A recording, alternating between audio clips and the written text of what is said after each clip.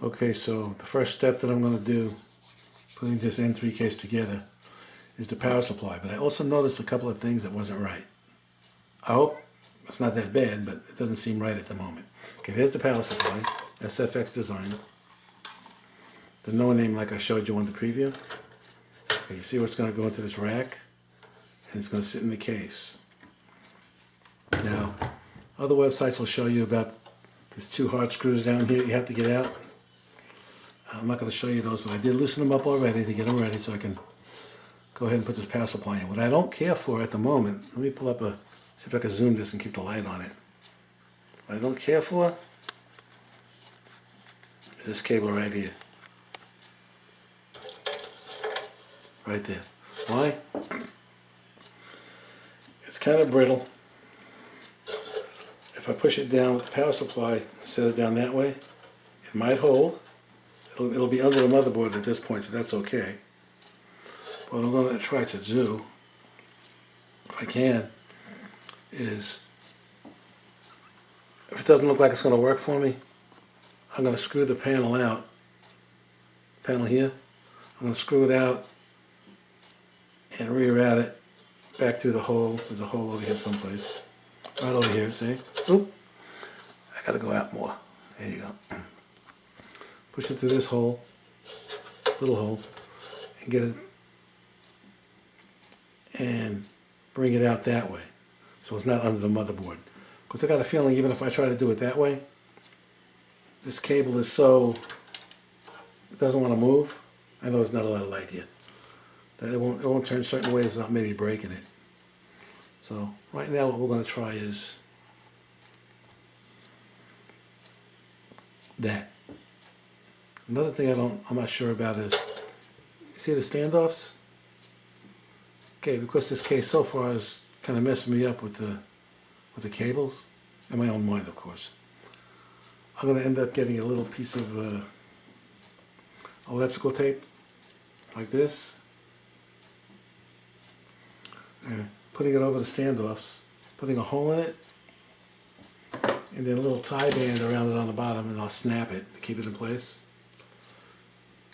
to prevent the board from maybe grounding. Because the reason why I say that, the screws that came with the case have the little cardboard things, kind of like a little washer, to prevent the board from grounding out or whatever.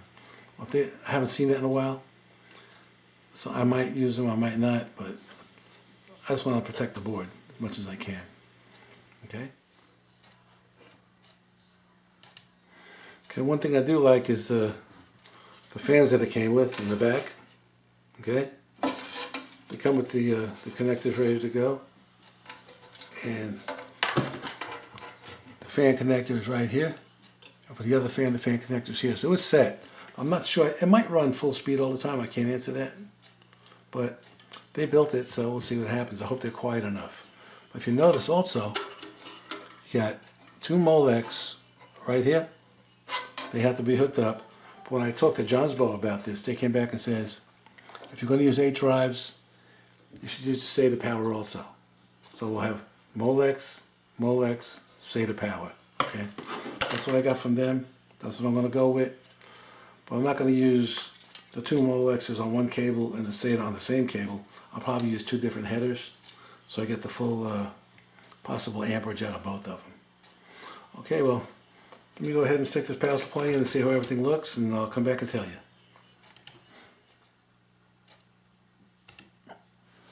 Alright, got the power supply in. Took a while. It was going to take forever, but even though I had everything loose, it wasn't that easy.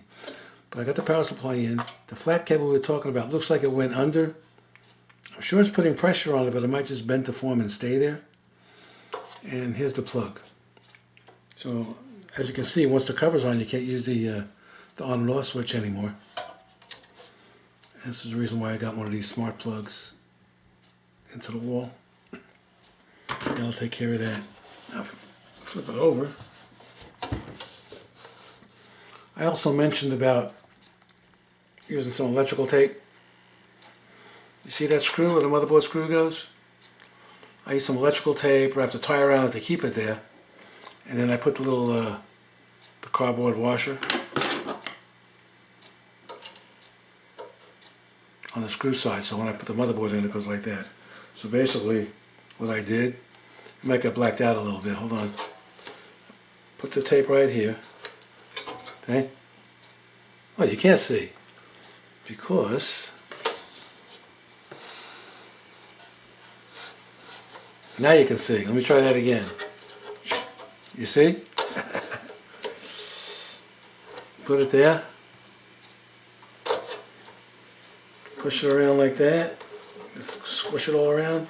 Now obviously it wants to come off, which is the reason why, back to the other side, I use a tie band under it.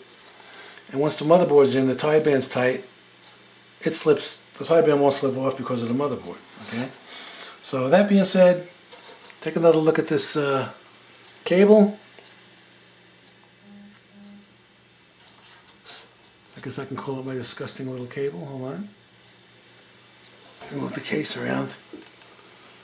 Okay? So it looks like it's gonna, it's not being squeezed by the power supply, even though at the end, you know, it's bent like I showed you earlier. And then these cables here, those just go to the motherboard, so I'm not worried about routing those. And if I can tilt this enough where you can see, those are where the headers plug in for the power supply. So, this should be the last part right now. I'll come back after I get the motherboard in, because all the other parts I have available.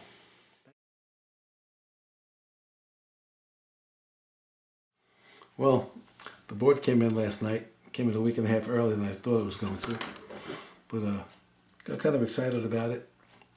Next thing you know, I'm trying to put it in. I didn't video nothing, because if you want to see how to put it in, you know, NAS comparison, some of the other guys do it. But I think this ASRock board's going to work out well. I already loaded TrueNas core on it. No, I'm sorry, TrueNas, whatever the better one is. I forget, but anyway. Oh, TrueNas scale, there we go. I loaded TrueNas scale. But look at this board, okay? It's got 1, 2, 3, 4 SATA here. I'm almost going to say the other ones are here, because I'm not going to use them. Let's see. Yeah, 2 SATA there, right? The Hynix board is here. I'm booting up on it. To be honest with you, the board's not all that bad. I didn't expect it to be this good, but other than everything being a tight fit because of the N3. So let's look at the back. Okay, just to show you the back of the board. It's pretty populated if you think about it for its time, because you got a sound card here, you got Wi-Fi, which you're not going to use obviously, bunch of 3.0 ports, HDMI, which I am using right now, USB 2. That'll be good for my Windows 95 hard drive. And something I haven't seen in a long time, but a PS2 mouse keyboard plug. I got the adapter someplace, but I don't think I'll be using it. The USB one's working pretty good. Okay. Now, as far as this is concerned, the NAS itself, I showed you this earlier. Everything's kind of going to be a mess, right? So I'm going to hook up the plugs, going to hook up the drives. I'm not going to video that. Oops, excuse me for that. I'm not going to video none of that. Just going to do it when everything's together, or bring it around. I'll show you the TrueNas. I'll tell you everything I know about TrueNas. I can tell you right now. Okay, that was it. So, you know, I'm learning it myself, and I don't mind. At the front of the case, I already got the hard drives ready. I didn't put them all in yet, but I couldn't push it around like this. Bring it over more. There you go. There's the hard drive for you. I loaded it in there. It's fun. No, it wasn't fun. I just felt like saying that. It wasn't fun at all. Okay? just to show you another one so you see how it's hooked up. The best I can figure out is, as long as Jonsbo's out here, you put the screws in, and it'll be like it's supposed to be. I guess that's all I can zoom. Okay, and then for the back one, you put I put the skinny tire looking part out. Okay, and then screw that in, and I was happy with it. I can't even adjust the light right for this, so sorry about that. Anyway, I just put all 4 drives back in. I guess I'll go put the rest of the thing back together. I'm not going to show it, obviously, because I'll be struggling so hard. I don't want nobody to see me. But I'll come back. I'll have everything in, everything tied down, including the 2 80mm fans. See if I can make it look better on video than I'm doing now. And I just hope that works out for you. Oh, that works out for me. But I know it's going to work electronically. It's just getting everything tied together and closed up right without making a damage. Okay? See you in a bit. Alright, so technically I guess I could say I'm done. I know it looks like it's a mess in there, but if you notice the cables over here, this is the Y cable for these Noctua fans. Down here I got the regular fan plug-in. I've used a regular Intel fan. I'm going to change it to another kind of fan a little bit later on, but I'm not worried about it. Now looking from the top again on this side, these cables are kind of stiff. It's kind of good because being stiff, they stay over the fan. They don't even want to go down. So that's nice. So I'm not going to say this was easy to do. It was pretty hard. Over here's my LSI 9300. Takes forever to boot up because it's got to load its own ROM first. But it works. So far, so good. But I'm not going to do another one of these boxes again. Okay? Let me go to the next portion. From this side, the only thing I want to show you is the cables kind of crunch in here. I'm glad they're brittle because that's nice. And the LSI cables I have ducked under here. I don't know if you can see them. Let me give it a tilt. See that? They're under the heatsink, but they're kind of stuck there, so I like it because the cables that came were really long. If they're going to give me a hard time later on, I'll probably go ahead and get shorter cables. But for right now, that's good. So in the back, I got the fans hanging down off the cables, but it should be okay for a few minutes. There's all my HDD cables going to the ports down there. Kind of hard to see, but they're there. It's a tight fit, but the fans they give you on there, not the fans, the grills that they put on the fans that they give you are pretty good. They keep everything out. If you look this way, I got everything tucked up and tied up inside. Got to make sure though that they don't go into the hard drive compartment in the front. And like I said, this thing works really good. And before I forget to mention it, the fans are pretty quiet. I thought they were going to be noisy, but they're pretty quiet. The only fan that even makes any kind of noise is the CPU fan, which I expected. But that wasn't even that bad. But I'm still going to put a new one on later on because I want to do it. Okay? That's it for the back. And last but not least, the hard drive bays. I have my 4 drives in. And there's 4 drives to go, but I don't want to get to that right now because the drives I actually have are kind of noisy. I tried them to make sure they worked though, that the unit found them. So I guess the next thing I'll do is I'll just slap it together real quick and boot it up, let you guys see TrueNas on it, and that'll be the end of it because, like I told you, I don't know anything about TrueNas. I'm going to learn it soon. And